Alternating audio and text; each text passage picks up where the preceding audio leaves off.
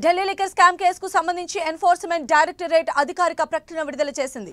MLC కవిత ఇంట్లో సోదాలు చేశామని, ఆ సమయంలో ఆమె కుటుంబ సభ్యులు ఆటంకం కలిగించారని చెప్పారు. ఆప్ లీడర్లతో కలిసి అక్రమాలకు పాల్పడినట్లు తేలిందన్నారు. 100 కోట్లను ఆప్ నేతలకు చేర్చడంలో కవిత కీలకమని పేర్కొంది ఈడీ. ఇప్పటి వరకు 245 ప్రాంతాల్లో సోదాలు జరిపామని ఈడీ చెప్పింది. ఢిల్లీ, హైదరాబాద్, చెన్నై, ముంబైలో తనిఖీలు చేశామన్నారు. లిక్కర్ స్కామ్ కేసులో ఇప్పటి వరకు 15 మందిని అరెస్ట్ చేశామని, 128 కోట్లు సీజ్ చేసినట్లు ఈడీ అధికారులు తెలిపారు.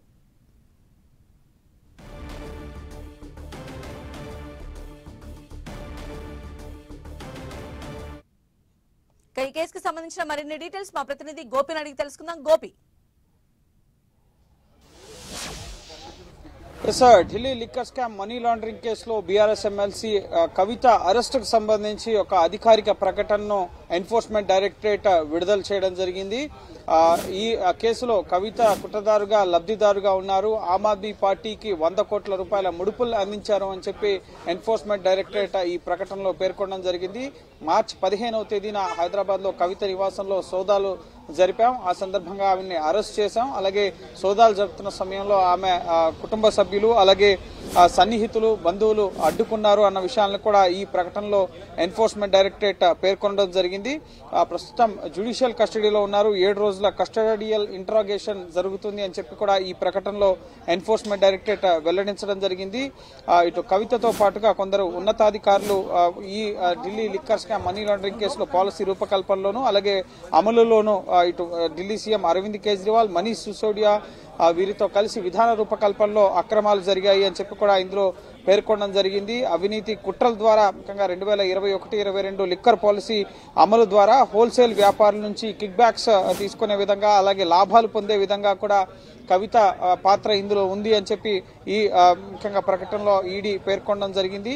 మొత్తం ఇప్పటి వరకు కూడా ఈ కేసుకు సంబంధించి ఎన్ఫోర్స్మెంట్ డైరెక్టరేట్ ఢిల్లీ, హైదరాబాద్, అలాగే చెన్నై, ముంబై సహా దేశవ్యాప్తంగా 245 ప్రాంతాల్లో సోదాలు చేసినట్లుగా కూడా ఎన్ఫోర్స్మెంట్ డైరెక్టరేట్ పేర్కొంది. అలాగే ఆమ్ ఆద్మీ పార్టీకి సంబంధించిన మనీష్ సిసోడియా, అలాగే సంజయ్ సింగ్ తో పాటుగా ఇప్పటి వరకు ఈ కేసులో 15 మందిని అరెస్ట్ చేసినట్టుగా కూడా ఎన్ఫోర్స్మెంట్ డైరెక్టరేట్ ఈ ప్రకటనలో పేర్కొనడం జరిగింది. అలాగే ఇప్పటి వరకు ముఖ్యంగా ఒక ఛార్జ్ షీట్ ని 5 అనుబంధ ఛార్జ్ షీట్లను కూడా ఫైల్ చేశాం. ప్రస్తుతం ఫర్దర్ ఇన్వెస్టిగేషన్ జరుగుతోంది. సుమారు 128.79 కోట్ల ఆస్తుల్ని అటాచ్ చేసినట్లుగా కూడా ముఖ్యంగా 2 సార్లు, ముఖ్యంగా గతేడాది జనవరి 24, అలాగే గతేడాది జూలై 3వ తేదీన, సో మొత్తం 2 సార్లు 128 కోట్ల ఆస్తులు అటాచ్ చేసినట్లుగా కూడా ఈ ప్రకటనలో పేర్కొంది. అలాగే ఫర్దర్ ఇన్వెస్టిగేషన్ జరుగుతుందని చెప్పి కూడా ఈడీ వెల్లడించడం. అయితే ఈడీ అంటే 7 డేస్ కవితకి సంబంధించి వచ్చిన నేపథ్యంలో ఇంకా ఇన్వెస్టిగేషన్ అనేది కొనసాగుతున్నటువంటి ఈ టైంలోనే ఈడీ ఇలాంటి ప్రెస్ ప్రకటన విడుదల చేయడాన్ని ఎలా చూడాలంటారు? తొలిసారి ఎన్ఫోర్స్మెంట్ డైరెక్టరేట్ ఇలాంటి ప్రకటన విడుదల చేయడం, ఎందుకంటే హై ప్రొఫైల్ కేసు ఇది. రాజకీయ ప్రముఖులు అరెస్ట్ అవుతున్నారు. సో బీఆర్ఎస్ నుంచి, తెలంగాణ నుంచి మాజీ ముఖ్యమంత్రి కుమార్తె, ప్రస్తుతం ఆవిడ ఎమ్మెల్సీగా ఉన్నారు. సో ఈ కేసుకు సంబంధించి సౌత్ గ్రూప్ నుంచి కీలకంగా ఉన్న వ్యక్తి కవిత. సో రిమాండ్ రిపోర్ట్ లో కానీ, అలాగే ఛార్జ్ షీట్ లో కానీ అనేక సార్లు కవిత పేరు ప్రస్తావనకు వచ్చింది. కవితను ఎందుకు అరెస్ట్ చేశారో అన్న అంశానికి సంబంధించి ప్రజలకు ఒక స్పష్టత ఇవ్వాల్సిన బాధ్యత ఎన్ఫోర్స్మెంట్ డైరెక్టరేట్ పైన ఉంది. ఎందుకంటే ఎన్ఫోర్స్మెంట్ డైరెక్టరేట్ ని కేంద్ర ప్రభుత్వం దుర్వినియోగం చేస్తుంది, రాజకీయ కక్ష సాధింపులకు వాడుకుంటుంది అన్న ప్రచారం ఒక పక్క జరుగుతోంది. ఈ నేపథ్యంలోనే ఎన్ఫోర్స్మెంట్ డైరెక్టరేట్ అసలు కవితను ఎందుకు అరెస్ట్ చేయాల్సి వచ్చింది అన్న విషయాల్ని ఈ ప్రకటన ద్వారా ప్రజలకు తెలియపరచడం జరిగింది.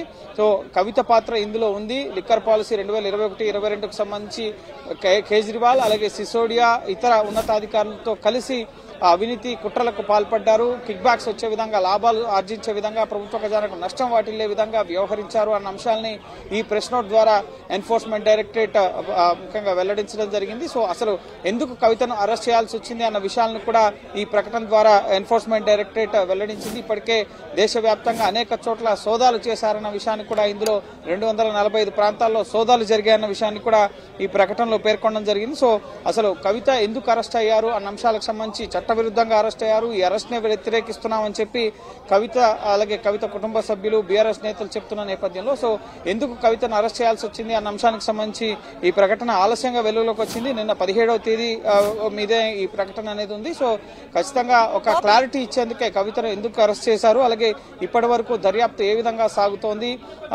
ఎన్ని కోట్ల ఆస్తుల్ని అటాచ్ చేశారు, అలాగే ఎన్ని ఛార్జ్ షీట్లను దాఖలు చేశారు, సుమారు 15 మందిని అరెస్ట్ చేశామని కూడా ఈ ప్రకటనలో పేర్కొనడం జరిగింది. కేవలం కవిత ఒక్కతే కాదు, ఈ కేసులో అనేక మంది ఇన్వాల్వ్మెంట్ ఉంది. సో వారందరినీ కూడా అరెస్ట్ చేశామని చెప్పి కూడా ఈ ప్రకటనలో పేర్కొంటూనే ఫర్దర్ ఇన్వెస్టిగేషన్ జరుగుతోంది. అందులో భాగంగానే కస్టడీలోనే ఆమెను ప్రశ్నించేందుకే కస్టడీ కోరామన్న విషయాన్ని కూడా ఈ ప్రకటన ద్వారా తెలియపరచడం జరిగింది. సో ప్రస్తుతం 7 days ఈడీ కస్టడీలో ఉన్నారు.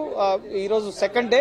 సో ఈ రోజు కూడా అనేక అంశాలపైన కవితను ఈడీ కస్టడీలో ప్రవర్తన్ భవన్ ఈడీ కేంద్ర కార్యాలయంలో ఆమెను ప్రశ్నించినట్లుగా తెలుస్తోంది. సో ఇప్పుడు సాయంత్రం 6 గంటల నుంచి 7 గంటల మధ్య కుటుంబ సభ్యులకు కలిసే అవకాశం ఉంటుంది కాబట్టి కాసేపటి క్రితమే కేటీఆర్, హరీష్ రావు అలాగే న్యాయవాది మోహిత్ రావుతో పాటుగా మాజీ మంత్రి ప్రశాంత్ రెడ్డి కవితను కలవడానికి ఈడీ కార్యాలయం లోపలికి వెళ్లారు. సో ప్రతి రోజు కూడా ఈ మార్చి 23 వరకు కూడా కస్టడీలో ఉన్న కవితను కలిసేందుకు కుటుంబ సభ్యులకు అవకాశం కల్పించడం జరిగింది. సో మార్చి 23 వరకు కూడా ఆవిడ కస్టడీలో ఉంటారు. మార్చి 23 మధ్యాహ్నం మళ్లీ ఆమెని రౌజ్ అవెన్యూ కోర్టులో ప్రొడ్యూస్ చేసి ఈ కేసు దర్యాప్తు పురోగతి ఎంతవరకు వచ్చింది, ఈడీ కస్టడీలో కవిత ఈడీకి సహకరించిందా, ఈడీ అడిగిన ప్రశ్నలకు సమాధానాలు ఇచ్చారా లేదా అనేది తదుపరి మార్చి 23న కవితను కోర్టులో ప్రొడ్యూస్ చేసిన సందర్భంగా మీడియాకి అలాగే కోర్టుకి తదుపరి ఈ కేసు దర్యాప్తు వివరాలు తెలిసే అవకాశం ఉంటుంది. ఒకవేళ కవిత సహకరించలేదు అని కనుక కోర్టుకి ఈడీ తెలిపినట్లయితే ఫర్దర్ గా మళ్లీ ఈడీ కస్టడీని ఎక్స్టెండ్ చేసే అవకాశాలు కూడా ఉన్నాయి. అయితే గోపి, మనం చూస్తే ఈ కేసు స్టార్టింగ్ నుంచి కూడా అంటే ఇప్పటి వరకు అరెస్ట్ అయిన శరత్ చంద్ర కావచ్చు, పిల్లే కావచ్చు, మాగుంట రాఘవ్ కావచ్చు,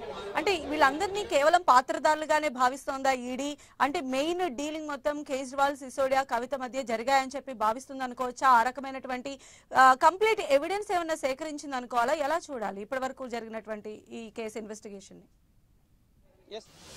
ఇప్పటి వరకు ఈ కేసుకు సంబంధించి ఎవరైతే ఎక్సైజ్ శాఖ కమిషనర్ గా ఉన్నారో అప్పుడు ఎక్సైజ్ శాఖ కమిషనర్ గా ఉన్న అరవ గోపీకృష్ణ కానీ ఇతర ఉన్నతాధికారులు ఎవరు కూడా ప్రభుత్వాధికారులు ఎవరు కూడా ఇప్పటి వరకు ఈ కేసులో అరెస్ట్ కాలేదు. లిక్కర్ వ్యాపారంలో వ్యాపారస్తులుగా ఉన్న వాళ్ళు అలాగే భాగస్వాములుగా వ్యాపారంలో ప్రైవేట్ గతంలో ముఖ్యంగా 2021కి ముందు ఢిల్లీలో లిక్కర్ షాపులన్నీ కూడా ప్రభుత్వ ఆధ్వర్యంలోనే నడిచేవి. ఎటువంటి ప్రైవేట్ పార్ట్నర్స్ కి ఇక్కడ ఎంట్రీ లేదు. ప్రభుత్వ ఆధ్వర్యంలోనే ముఖ్యంగా రేషన్ దుకాణాలు ఏ విధంగా నడుస్తాయో అదే తరహాలో లిక్కర్ దుకాణాలు కూడా ప్రభుత్వ ఆధ్వర్యంలోనే నిర్వహించబడేవి.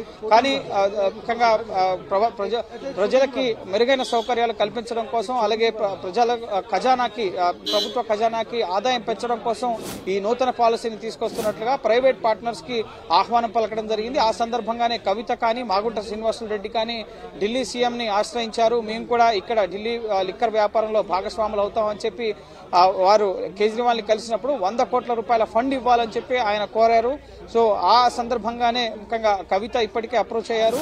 మాగుంట శ్రీనివాసరెడ్డి కేజ్రీవాల్ ని కలిసినప్పుడు మీరు కవితతో మాట్లాడండి అని చెప్పిన సందర్భంగా మాగుంట శ్రీనివాసరెడ్డి కవితను కలవడం, ముఖ్యంగా 30 కోట్ల రూపాయలు ఇటు అభిషేక్ బోయిన్పల్లి అలాగే గోరంట బుచ్చిబాబు ద్వారా ఇటు ఆమ్ ఆద్మీ పార్టీ నేతలకు ఇవ్వడం మొదటి దఫాగా 2021 మార్చి 20వ తేదీన. సో ఇదంతా వ్యవహారం జరిగింది. సో మొదట ఈ కేసుకు సంబంధించి కీలకంగా ఉన్న వ్యక్తి కేజ్రీవాల్ ముఖ్యమంత్రి, ఆ తర్వాత ప్రస్తుతం ఈ కేసులో అధికారికంగా A1 గా ఉన్న వ్యక్తి అప్పటి ఎక్సైజ్ శాఖ మంత్రి మనీష్ సిసోడియా. అలాగే ఆ తర్వాత ఈ కేసు దర్యాప్తు జరుగుతున్న కొద్దీ అసలు ఎవరు దీనికి కీలక సూత్రధారు పాత్రధారాన్ని చెప్పినప్పుడు ముఖ్యంగా కేజ్రీవాల్ పేరు వినిపించింది. కేజ్రీవాల్ తర్వాత కవిత, ఆ తర్వాత సౌత్ గ్రూప్ కి సంబంధించిన వ్యక్తుల పేర్లన్నీ కూడా బయటకు వచ్చాయి. అయితే ఇన్వెస్టిగేషన్ మాత్రం గ్రౌండ్ లెవెల్ నుంచి టాప్ లెవెల్ కి జరుగుతున్న పరిస్థితి ఉంది.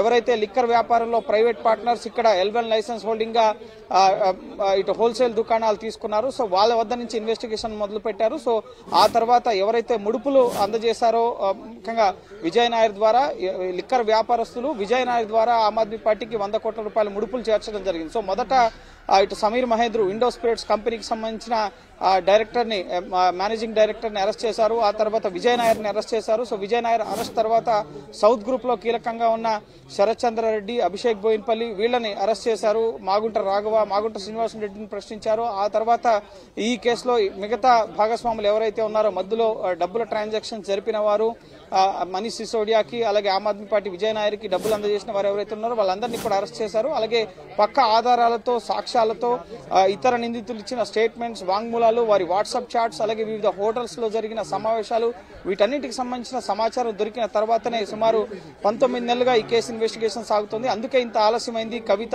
కేజ్రీవాల్ వరకు ఈ కేసు రావడానికి ఆలస్యం కావడానికి గల కారణం అన్ని ఆధారాలు పక్క ఎవిడెన్స్ తో ఇప్పటివరకు ఒక చార్జ్ షీట్, 5 సప్లిమెంటరీ చార్జ్ షీట్లు ఫైల్ చేశారు. సో అన్ని ఆధారాలను ఉన్న తర్వాతనే ముఖ్యంగా కవితను అరెస్ట్ చేయడం జరిగింది. గతంలో కవితను ఏడాది క్రితమే ఆమెను ప్రశ్నించారు. గత ఏడాది మార్చి 11, మార్చి 20, మార్చి 21 తేదీలో ఆమెను ప్రశ్నించినప్పుడు అసలు నాకు ఈ కేసుతో సంబంధమే లేదు, వీరెవరో నాకు తెలియదు, ఈ కేసులో నేను అసలు ఈ కేసుకి నాకు ఎటువంటి సంబంధం లేదన్న సమాధానాలు కూడా ఇచ్చారు. ఆమె మొబైల్ ఫోన్స్ ప్రొడ్యూస్ చేశారు. కానీ ఆ మొబైల్ ఫోన్స్ మొత్తం కూడా ఫార్మాట్ చేసి ఈడీ అధికారులకు ఇచ్చారని చెప్పి ఈడీ అధికారులు ఇటీవల రిమాండ్ రిపోర్ట్ లో పేర్కొనడం జరిగింది. సో ఖచ్చితంగా కవిత పాత్రకు సంబంధించి మాగుంట శ్రీనివాసులు రెడ్డి కానీ, మాగుంట రాఘవ, అలాగే శరత్ చంద్రారెడ్డి, అరుణ్ పిళ్ళై, అలాగే కవిత మాజీ పిఏ గోరంట్ల బుచ్చిబాబు కానీ, ఇక్కడ డబ్బులు అందజేసిన అశోక్ కౌశిక్, కవిత పిఏ వీరంతా కూడా ఇచ్చిన స్టేట్మెంట్స్ ఆధారంగానే కవితను అరెస్ట్ చేశారు. సో ఇందులో ఎక్కడా కూడా తప్పుగా కవితను అరెస్ట్ చేయడానికి, ముఖ్యంగా అక్రమంగా చట్టవిరుద్ధంగా ఎక్కడ అరెస్ట్ చేయలేదు అని చెప్పేందుకే ఈ రోజు ఎన్ఫోర్స్మెంట్ డైరెక్టరేట్ ఈ ప్రకటనని విడుదల చేయడం జరిగింది. సో రేపు ముఖ్యంగా ఎంతో ఉత్కంఠ కలిగించే అంశం, రేపు సుప్రీంకోర్టులో కవిత మహిళల ఈడీ విచారణ case justice బేలాయం Trivedi, justice Pankaj Mittal ధర్మాసనం ముందు రేపు కోర్టు నెంబర్ 15 లో సుప్రీంకోర్టులో ఐటమ్ నెంబర్ 3గా ఉంది. సో రేపు ఉదయం 11 గంటల సమయంలో ఈ కేసు విచారణకు రాబోతోంది. సో కవిత తన అరెస్ట్ అక్రమం అని చెప్పి ఇప్పటికే ఒక రిక్విజిషన్ కూడా ఈ రోజు ఉదయం ఫైల్ చేయడం జరిగింది. కాబట్టి సో ఆ అంశాన్ని కూడా రేపు ప్రస్తావించడం జరుగుతుంది. గతంలో సొలిసిటర్ జనరల్ రాజు ఈడీ తరపు న్యాయవాది ఇచ్చిన అండర్టేకింగ్ ని బ్రేక్ చేస్తూ బలవంతంగా అరెస్ట్ చేశారు అన్న విషయాన్ని పిటిషన్ లో పేర్కొన్నారు. సో వీటన్నిటిపైన రేపు కూడా సుప్రీంకోర్టులో విచారణ జరగబోతుంది. కాబట్టి సో రేపు ఏం జరగబోతుందో మనం వేచి చూడాలి. ఈడీ కార్యాలయానికి మాజీ మంత్రి కేటీఆర్, హరీష్ రావు వెళ్లారు. కస్టడీలో ఉన్న కవితను కలిసి ధైర్యం చెప్పారు. ఇప్పటికే తన అరెస్టు పైన కవిత న్యాయ పోరాటం చేస్తున్నారు. సుప్రీంకోర్టులో రిట్ పిటిషన్ దాఖలు చేశారు.